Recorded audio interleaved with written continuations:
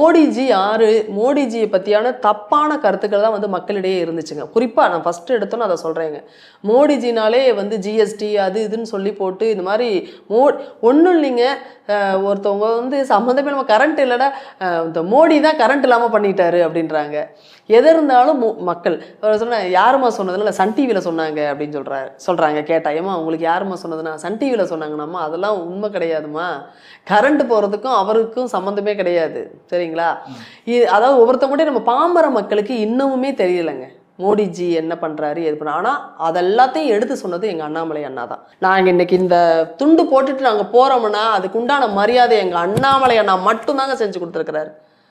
எத்தனையோ பேர் உழைச்சாங்க, இந்த கட்சிக்காக இன்ன வரைக்கும் உழைக்கிறாங்க. அவங்கள நான் தவறாகவே சொல்லலை, அவங்களையும் நான் சந்தோஷமாக வரவேற்கிறேன். ஆனால் அவங்களுக்கே தெரியும் அண்ணாமலை அண்ணா வந்ததுக்கு அப்புறம் தான் பிஜேபி வளர்ந்துருக்குதுங்கிறது அவங்களுக்கே மனதார அவங்களுக்கு எல்லாருக்குமே தெரியும். மனசில் அவங்க உணர்ந்துருக்குறாங்க, உணர்வாங்க, கண்டிப்பாக உணர்ந்துருக்குறாங்க. எங்கள் கட்சியை பொறுத்த வரைக்கும் தலைமை என்ன சொல்லுதோ அதை தான் நாங்கள் முடிவு பண்ணுவோம். அந்த தலைமைக்கிட்டேயே நாங்கள் கேட்குறது என்னென்னா தலைவராக ஆக்குங்கன்றது தான்.